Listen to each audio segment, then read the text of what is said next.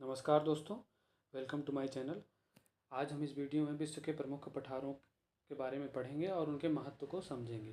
तो आइए शुरू करते हैं इस वीडियो को। सबसे पहले देखते हैं कि विश्व के प्रमुख पठार एक भौगोलिक अवलोकन। इस प्रस्तुति में हम पठारों की परिभाषा, निर्माण और महत्व का पता लगाएंगे।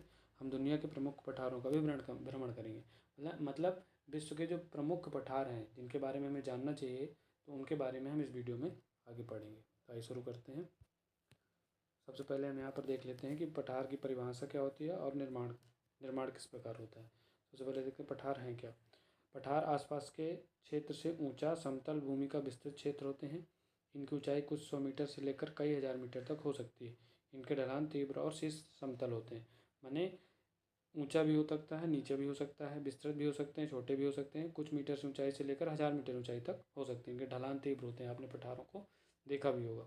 निर्माण कैसे होता है? मुख्य रूप से इनका निर्माण इनका मुख्य निर्माण भूसन्नति या प्लेट टेक्टोनिक्स जिसको बोल देते हैं, भूसन्नति या प्लेट टेक्टोनिक्स के जरिए, ज्वालामुखी के जरिए इस तरह इस पर पठारों का निर्माण होता है। तो आइए देखें, पठारों का निर्माण भूवैज्ञानिक प्रक्रियाओं से होता है और इनमें ज्वालामुखी गतिविधि, टेक्टोनिक प्लेटों की टक्कर और अपरदन शामिल है। ये प्रक्रिया लंबे लाखों वर्षों में पठारों को आकार देती है। तो प्रमुख रूप से पठार की परिभाषा और पठार का निर्माण प्रक्रिया क्या है, ये प्रमुख रूप से हमने इस स्लाइड में जाना। अब आगे देखते हैं।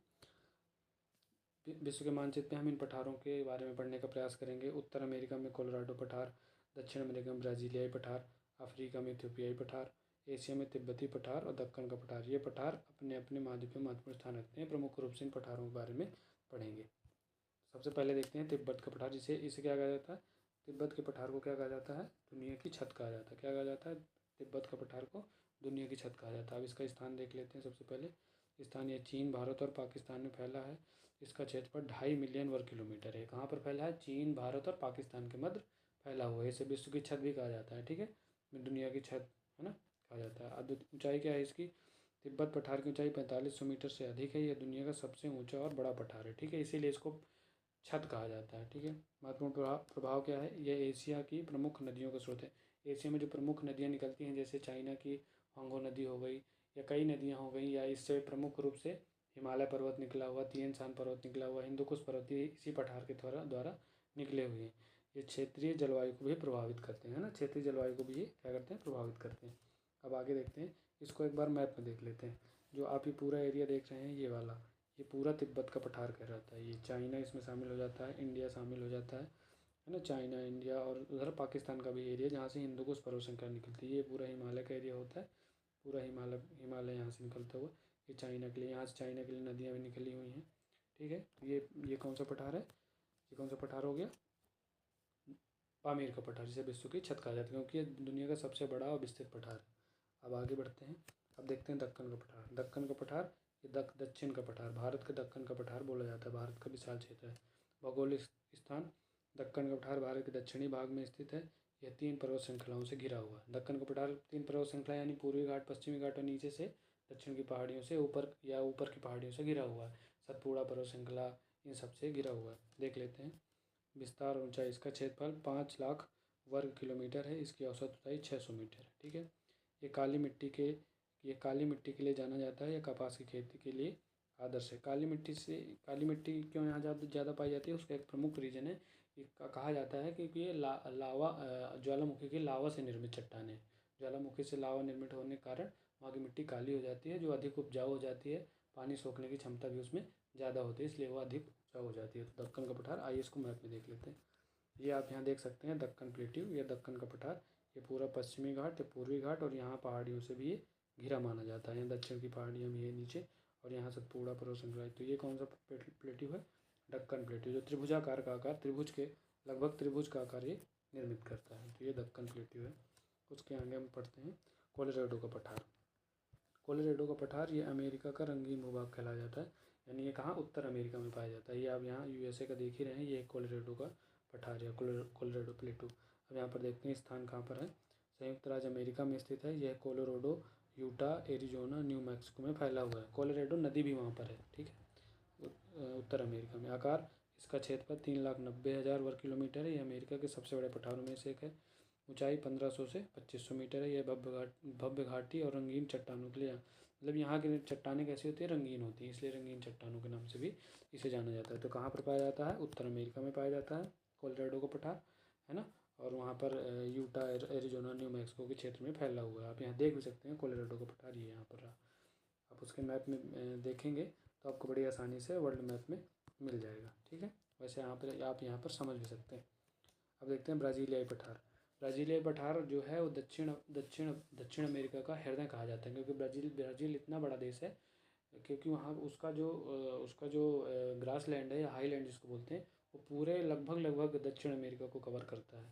तो ब्राज़ीलियाई पठार दक्षिण अमेरिका का हृदय कहा जाता है, क्योंकि वहाँ की घास और वहाँ का उत्पादन, वहाँ से निकलने वाली नदियाँ उस क्षेत्र को समृद्ध बनाती हैं। तो आइए देखते हैं विस्तार।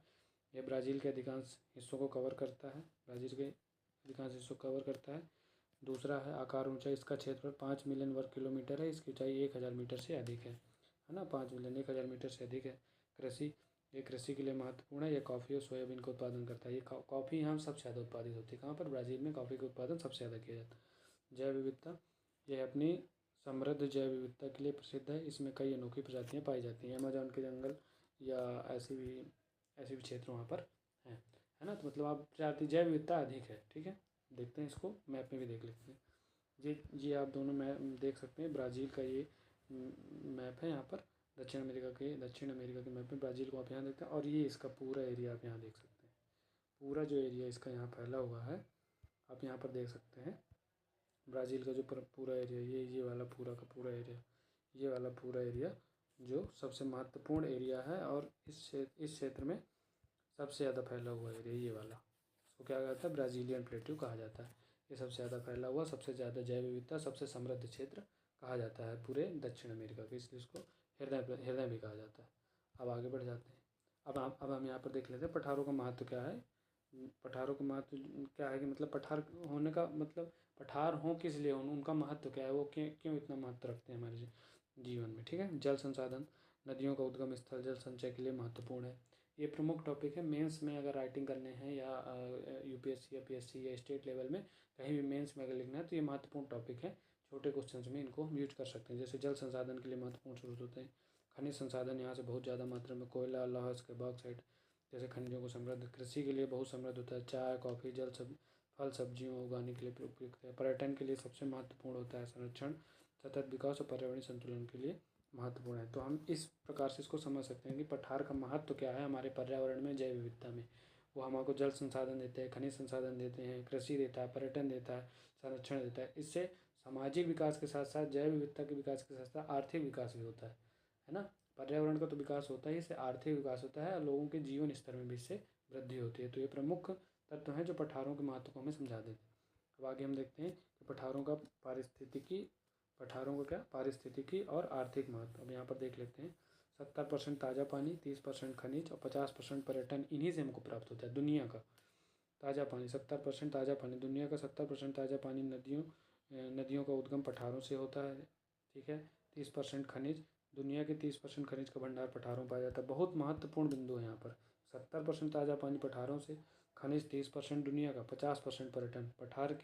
पठार दुनिया के शीर्ष 50 पर्यटन स्थलों में से एक है। माने पर्यटन भी हमको, ये आर्थिक महत्व में पर्यटन में भी सहायता करते हैं, खनिज में भी सहायता करते हैं, पानी और कृषि के लिए भी प्रमुख रूप से सहायता करते हैं। तो मतलब पठारों का हमारे जीवन में या पर्यावरण में या समाज में बहुत अधिक महत्वपूर्ण है। पर्यावरण के को समृद्ध बनाने का काम, आर्थिक रूप से समृद्ध बनाने का काम, देश को समृद्ध बनाने का काम या विश्व को समृद्ध बनाने का काम पठारों के द्वारा अधिक महत्वपूर्ण तरीके से किया जा सकता है।